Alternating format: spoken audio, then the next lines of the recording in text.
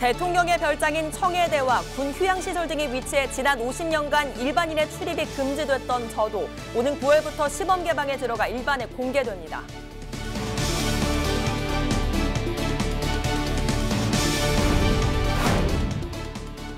공단에 둘러싸여 이른바 공해학교로 등교하는 양산 지역 아이들이 각종 환경성 질환에 시달리고 있습니다. 현장 점검 360도에서 집중 취재했습니다.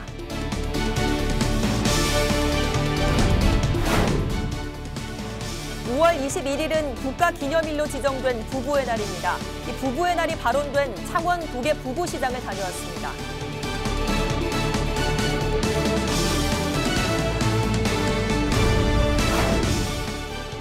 경남 학생인권조례 제정안이 부결된 것에 대해 찬성 측 시민단체가 민주당 의원들의 사퇴를 촉구하고 조례 제정을 당론으로 결정할 것을 민주당에 요구했습니다.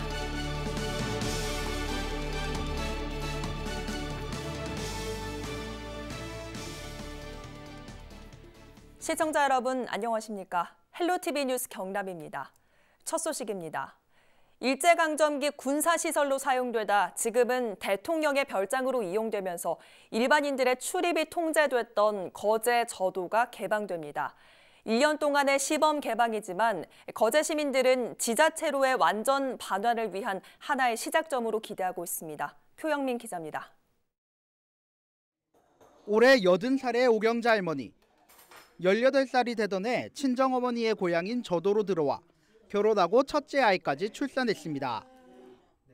오 할머니는 섬을 떠나기 전까지 해녀들과 관광객들이 찾던 아름다운 섬으로 추억합니다.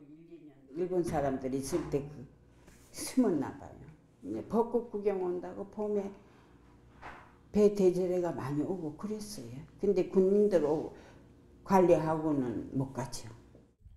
거제 장목면과 부산 가덕도 사이의 작은 섬 저도. 해안가에는 하얀 백사장과 간이 골프장, 콘도 등 휴양시설이 마련돼 있습니다. 저도는 박정희 대통령 시절인 1972년 대통령의 별장인 청해대로 지정됐으며 역대 대통령들의 여름 휴가지로 사용돼 왔습니다. 이때부터 군사보호구역으로 지정돼 일반인들이 갈 수 없는 섬이 됐습니다. 약 8년 전부터 저도를 되찾기 위해 시민을 중심으로 반환 요구가 이어졌지만 매번 국방부가 거부해왔습니다. 하지만 문재인 대통령이 대선 공약으로 저도 반환을 약속하면서 시범 개방이라는 성과를 이뤄냈습니다. 감회가 새롭습니다. 저희들이 8, 9년 전부터 발전연합회에서는 꾸준히 이걸 추진해 왔습니다. 이번에 대통령 공사이기 때문에 저희들이 올해 안으로 무조건 반환을 하게끔 그렇게 노력을 하겠습니다. 국방부와 거제시는 오는 9월부터 주 5회 하루 600명에게 저도를 개방할 계획입니다. 하지만 별장 건물 등을 포함해 개방 범위에 대해서는 국방부와 거제시가 이견을 보이는 데다 군은 완전 개방에는 부정적인 입장이어서 저도가 시민들의 품으로 완전히 돌아오기까지 풀어야 할 과제들은 여전히 남아 있습니다. 헬로티비 뉴스 표영민입니다.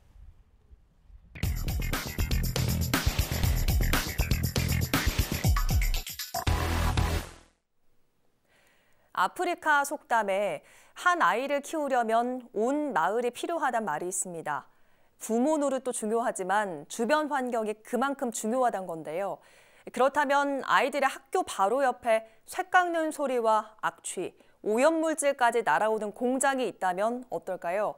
전국에서 산업단지가 가장 많은 경남, 특히 그중에서 양산은 경제 활성화라는 대전제 아래 공해학교들이 지역 곳곳에 숨어 있습니다. 벌써 10년째 이런 상황이 이어지면서 공단에 갇힌 학교의 아이들은 각종 환경성 질환에 시달리고 있습니다. 현장 점검 360도 송국회 기자입니다.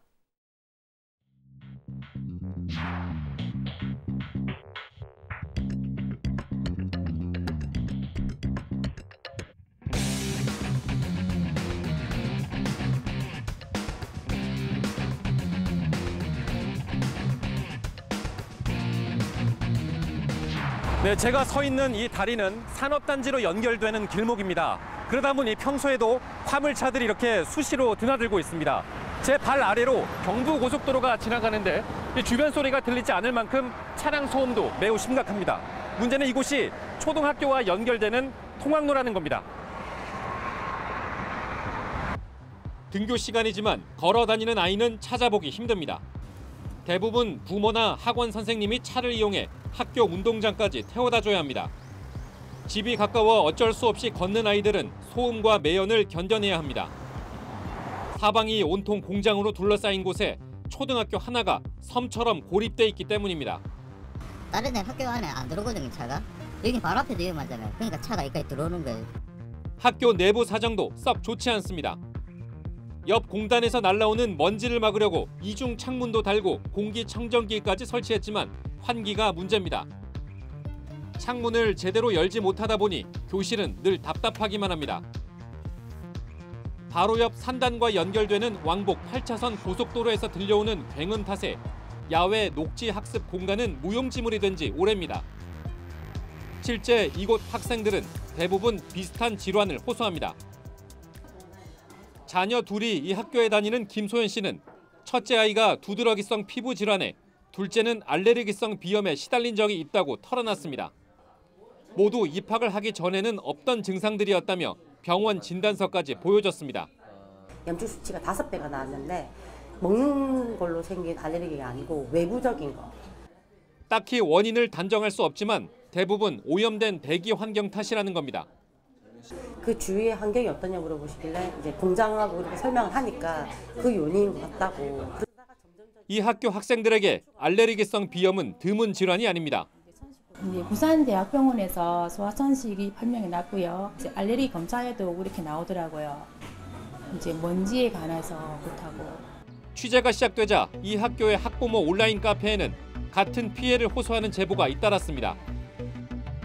자기 자녀만 그런 줄 알았는데 이렇게 사례가 많은 줄 몰랐다는 글도 올라왔습니다. 온몸에 빨간 두드러기가 난 아이의 사진은 같은 학부모들의 가슴을 아프게 했습니다. 공단 한가운데 있는 한 어린이집입니다.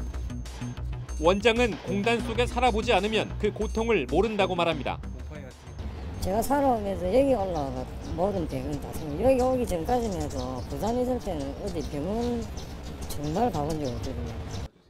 지독한 공해 때문이라고 보여준 방충망은 설치한 지 6개월여 만에 사가서 구멍이 뻥뻥 뚫렸습니다. 이 매연이 어느 정도 독하냐면 방충망이 나가자 맞으면 터져버립니다. 쌍을 양산 지역이 계곡형 분지 형태라서 모든 대기 오염 물질이 가라앉는다며 나름의 분석도 내놨습니다. 이게 번식을 형태거든요. 바람 없는다는 그냥 모든 게 다 갇혀있어요. 먼지가 가라앉는 거지. 그렇죠. 바로 옆 학교는 공해를 견디다 못해 결국 3년 전 이사를 갔습니다. 주변으로 산업단지가 줄줄이 들어서면서 학부모들의 이전 요구가 빗발쳤던 겁니다. 하지만 새롭게 자리 잡은 곳에서도 악취는 여전합니다. 네, 전국 최초로 주변 공해 때문에 부지를 옮긴 학교입니다. 하지만 지금도 아침마다 공단에서 날아오는 악취 때문에 아이들은 두통을 호소합니다. 이사간 거리가 직선으로 고작 500m밖에 안 됐던 겁니다. 이 학교로 처음 발령받은 선생님들도 하나같이 목 통증을 호소했습니다. 선생님들도 항상 뭐 여기 1, 2년마다 입다가 가시는 분들이 많으신데 일단 공기가 안 좋다 보니까 항상 하시는 말씀이 오면 목이 빨리 붓고 목 감기가 심하게 걸리고 그게 걸리면 또 오래가는 그런 걸 다 그 선생님들이 느끼셔요. 아이들은 그나마 학교를 옮겨 새로 지으면서 시설이 좋아져 공부 환경이 예전보다 나아진 걸 고마워합니다. 옛날에는 공장도 많고 미세먼지도 많고 그래서 불편했는데 여기로 와줘서 고맙고 그래요. 지난해 경남 지역 지자체별 연평균 대기 오염도를 확인했습니다. 양산시의 미세먼지 농도는 세제곱미터당 45 마이크로그램, 초미세먼지 농도는 22 마이크로그램으로 도내에서 가장 높았습니다. 초미세먼지 농도는 국내 대기 환경 기준을 1.5배가량 넘어섰습니다. 지난해 양산 지역에서 알레르기성 질환을 앓고 있는 환자 수는 18,000여 명. 이 가운데 영유아부터 고등학생 환자는 7,900여 명으로 전체 환자의 절반 수준인 42%를 차지했습니다. 이 수치 역시 양산시가 도내에서 가장 높습니다. 같은 나이대에 비염 질환을 앓고 있는 영유아와 학생 환자가 전체 비염 환자에서 차지하는 비중은 절반을 넘어섰는데 이 수치도 양산시가 김해시와 함께 1, 2위를 다퉜습니다. 제가 여기 와서 진료해본 결과 애들이 좀 더 병이 오래가고 그런 증상을 호소하는 아이들이 좀 더 많다고 느껴집니다. 어린아이들은 이 어른이 아니라 폐 기능 자체가 완성이 돼 있지 않잖아요. 미세먼지 속의 발암물질들 영향도 역시 많이 받고. 이렇게 양산 지역에 이른바 공해 학교가 늘어나는 이유는 개발만 앞세운 무분별한 산단 조성이 원인입니다. 학교 주변에 넓은 면적의 공장이 들어서지 못하게 한 조례가 올해 3월에서야 학교 주변 200m까지 공장 건립을 못하도록 강화됐습니다. 공장 건립의 편의에 초점이 맞춰진 이전의 조례 탓에 공해가 심한 공장조차도 크기가 작다면 학교 바로 옆에 지을 수 있었던 겁니다. 주변에 들어서는 산업단지나 공업용지가 정말로 필요하다면 우리 시에서 적어도 도시계획 관련 부서에서는 담당 공무원들이 양산시의 기본 계획이 어떻게 되어 있는지 염두에 두고 그런 산업단지들이 업무해서 야기되는 각종 문제들을 어떻게 대응할 것이며 지도자의 한 사람으로서 상당히 부끄럽게 생각하는 겁니다. 그렇다고 학교 이전도 쉽지 않습니다. 10년째 공해학교라는 오명을 쓰고 있는 소토초등학교. 지역 정치권까지 나서 학교 이전에 힘을 쏟고 있지만 걸림돌은 예산입니다. 이전 비용만 대략 200억 원에 달합니다. 박종훈 경남도 교육감이 재원 마련을 위해 학교 용지에 대한 감정평가부터 해보겠다며 의지를 보였지만 실무자는 회의적입니다. 학교 이전 되더라도 지금 현재 있는 소도 친구들을 다른 데 배치를 해줄 수 있는 여건이 갖춰져 있을 경우에 이제 택지개발 이권에서 이런적으로 이제 학교 옮겨가야 되는데 그 두 가지 이제 해당이 안 되는 거죠. 학부모들은 학교의 이전 조건보다 공단에 갇힌 아이들의 건강을 더 신경 써달라며 하루빨리 학교를 옮겨줄 것을 호소합니다. 탁산공화된 그런 수치만 돼 있지 저희 아이들이 얼마나 아픈지 얼마나 많은 고통 속에 노출돼 있는지를 정말로 피부로 느끼지 못하는 어른들의 수치만 가지고 이야기를 했다는 생각이 조금 들거든요. 아이들을 똑같이 좋은 환경에서 교육하는 것은 어른들의 목. 그런 환경을 만들지 않은 잘못도 바로 그 어른들입니다. 어린이 보호구역을 벗어났다고 해서 어린이 보호가 해제될 수 있을까요? 우리 아이들의 건강과 안전은 절대 해제될 수 없습니다. 헬로티비 뉴스 송국혜입니다. 가정의 달 5월 21일은 둘이 하나가 되자는 의미를 담은 부부의 날입니다. 그런데 이 부부의 날이 창원에서 발효돼 국가기념일로 지정됐다는 사실 알고 계십니까? 창원에선 21일을 즈음해 곳곳에서 다양한 기념 행사도 열리고 있는데요. 부부의 날 발언 현장을 심지훈 기자가 다녀왔습니다. 술 먹고 들어올 때가 제일 밉죠. 술 먹고 들어올 때 제일 밉고 그래도 뭐 술 먹을 때 아닐 때는 또 잘해주니까 그냥 그 멋으로 사는 거죠. 뭐. 제가 아플 때 그래도 제일 가까이서 위로 챙겨주니까 그 감사하고 어쨌든 지금 있는 것을 같이 살면서 막 감사하면서 살려고 노력합니다. 그냥. 내가 뭐 고생을 많이 시킨 게 후회되죠. 그러나 이제 앞으로는 좀 더 우리가 나가 들어가니까 서로 화목해가지고 나도 그렇게 하면 살아야죠. 서로 다른 사람이 만나 미우나 고우나 서로를 사랑하고 이해하며 살아가는 이들을 일컫는 부부. 창원시 의창구 도계동 350의 3번지 도계부부시장이 바로 5월 21일 부부의 날의 발원지입니다. 화목한 가정을 이루자는 취지의 부부의 날 운동이 시작한 건 25년 전인 지난 1995년입니다. 현재 표지판이 있는 시장 건물 3층 교회에서 주창된 뒤 2003년 국가기념일 제정 청원이 국회를 통과하면서 2007년 기념일로 지정됐습니다. 한 취재 기자에게 어린아이에게 대답하기를 우리 엄마 아빠 함께 사는 거요. 그렇게 대답하는 것에 충격을 받고 제가 시작하는 것이었습니다. 부부만이라도 둘이 하나 되는 모습을 보인다면 그 아름다운 여파가 모두에게 미치리라 생각합니다. 부부의 날이 태동한 도계부부시장에서는 역사와 의미를 만날 수 있습니다. 시장 2층에 마련된 기념관에선 공문과 청원서 같은 활동 자료는 물론 예술인의 공간, 어르신 일자리 등 가정에서 사회로 시선을 넓힌 부부의 날을 마주할 수 있습니다. 또 열리지 행사를 통해 발원지임도 지속적으로 알려가고 있습니다.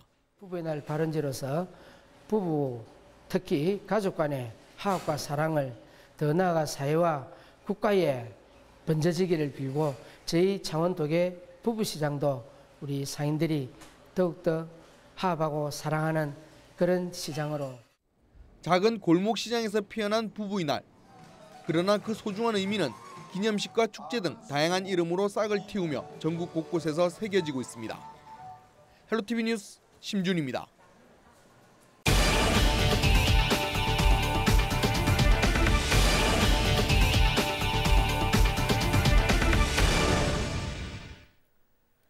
경남 학생인권 조례 제정안이 부결된 것과 관련해 시민단체가 민주당 의원들의 사퇴를 촉구했습니다. 촛불시민연대는 20일 경남도의회 앞에서 기자회견을 열고 도의회 상임위에서 경남 학생인권 조례가 부결된 가장 큰 책임은 민주당에 있다고 주장했습니다. 그러면서 촛불시민연대는 특히 조례안에 반대한 장규석, 원성일 두 의원의 즉각 사퇴를 촉구했습니다. 또 민주당을 도의회 다수당으로 만든 이들은 촛불 시민들이라며 지금이라도 학생인권 조례 제정을 당론화하고 적극 나서달라고 강조했습니다. 촛불 시민연대는 21일 경남 학생인권 조례에 대한 입장을 듣기 위해 더불어민주당 중앙당을 찾을 계획입니다. 성범죄로 전자발찌 부착을 명령받고 출소한 50대 남성이 수십 차례 외출 금지를 어기다 결국 경찰에 붙잡혔습니다. 54살 김모 씨는 지난 1월에 출소한 뒤 최근까지 30여 차례에 걸쳐 외출이 불가능한 자정부터 새벽 시간대만 골라 식당에서 술을 마신 혐의를 받고 있습니다. 마산 동부경찰서는 김 씨가 창원보호관찰소의 경고에도 아랑곳하지 않고 상습적으로 외출을 일삼았다며 김 씨를 전자장치 부착법 위반 혐의로 구속했다고 밝혔습니다. 창원시가 20일 한화디펜스 등 6개 기업과 총 920억 원 규모의 투자 협약을 체결했습니다. 이번 투자 협약은 허성무 창원시장과 한철수 창원상공회의소 회장, 6개 기업 대표가 참석해 창원의 방위 산업에 투자해 창원의 경제 부흥 정책에 힘을 싣기로 뜻을 모았습니다. 창원시는 이번 투자 협약을 통해 220명의 직접 고용뿐만 아니라 3,000명 이상의 간접 고용이 창출되고 향후 5년간 3조 원 이상의 생산 유발 효과를 기대했습니다. 경남도와 한국장학재단이 학자금 대출을 갚지 못해 신용을 잃은 청년들을 돕기 위해 힘을 합쳤습니다. 김경수 경남도지사와 이정우 한국장학재단 이사장은 20일 도청에서 학자금 대출 신용유의자 신용회복 지원사업 업무 협약을 체결했습니다. 이날 협약을 통해 경남도는 학자금 대출을 갚지 못해 신용유의자가 된 청년의 채무액 5% 수준인 분할상환 초입금을 지원합니다. 또 한국장학재단은 신용유의자 정보 삭제, 최장 20년 분할상환 조치, 연체이자 전액 감면, 가압류 등 법적 조치 유보 등을 지원하게 됩니다. 경남도는 도내 학자금 대출로 인한 만 39세 이사 신용유의자는 930여 명, 총 채무액은 69억 9천만 원에 이를 것으로 추산하고 있습니다.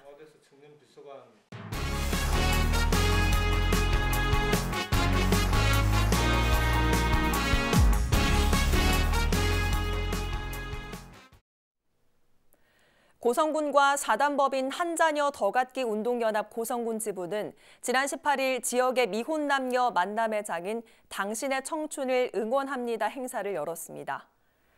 이번 행사는 연애와 결혼, 출산을 포기하는 젊은 층의 인식을 전환하고 미혼 남녀가 만날 수 있는 시간과 장소를 마련하기 위해 진행됐습니다. 한편 고성군은 지난 18일을 시작으로 올해 말까지 매달 테마 활동을 지속해서 운영해 나갈 계획입니다. 경남대학교가 20일 개교 73주년 기념식을 열고 우수 근속자들에 대한 수상식을 열었습니다. 이날 근속 공로자 포상에는 바이오 융합학부 황용일 교수를 비롯해 30년 근속 공로상 등 모두 42명이 수상했습니다. 또 한마공로상은 극동문제연구소가, 특별공로상은 삼양3항 항로화 연구팀과 고육대학원 정은희 교수가 각각 받았습니다.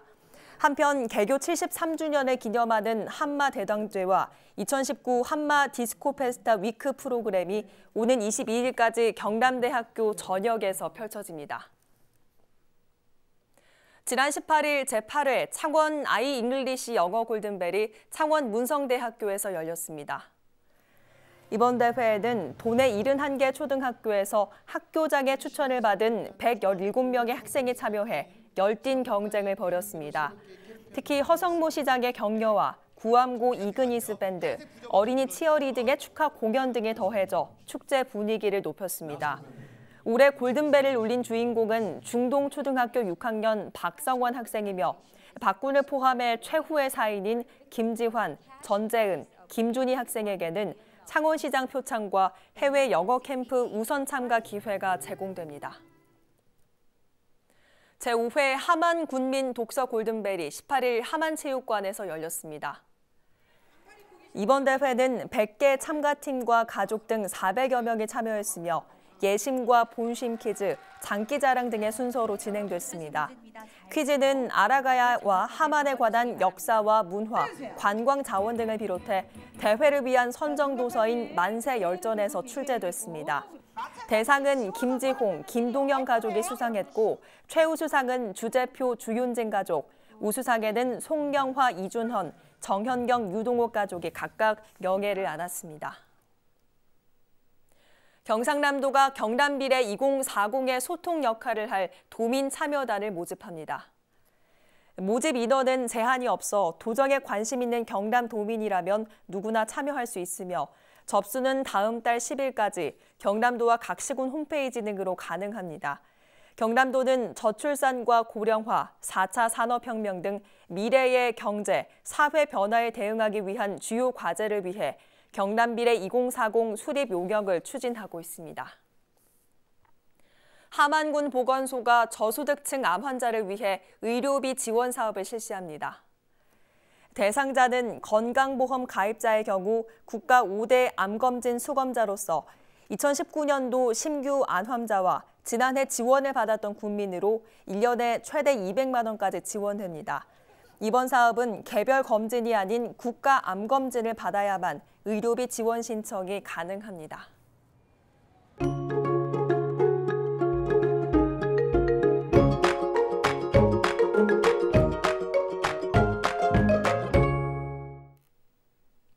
이어서 날씨입니다. 지난 주말 내린 비로 공기가 한층 깨끗해졌습니다. 때이른 더위도 잠시 쉬어가고 있는데요. 월요일 낮 동안 창원 23도, 양산 24도에 머물며 바깥 활동하기 좋았지만 화요일 아침에는 일부 내륙에서 기온이 10도 안팎까지 뚝 떨어지니까요. 옷차림 든든히 챙기시는 게 좋겠습니다.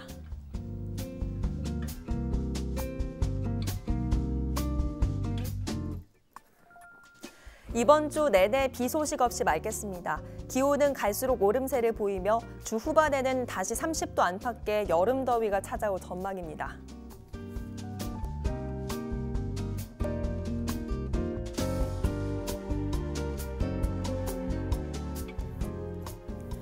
천문조에 의해 바닷물의 높이가 높은 기간입니다. 남해안 저지대에서는 만조시 침수 피해 없도록 대비가 필요하겠습니다.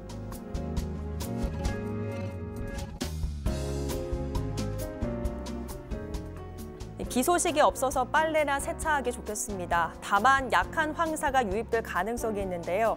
그래도 농도도 낮은 데다가 찬바람이 불면서 화요일 경남의 공기질 보통 수준을 유지하겠지만 먼지 농도를 틈틈이 확인해 주시기 바랍니다.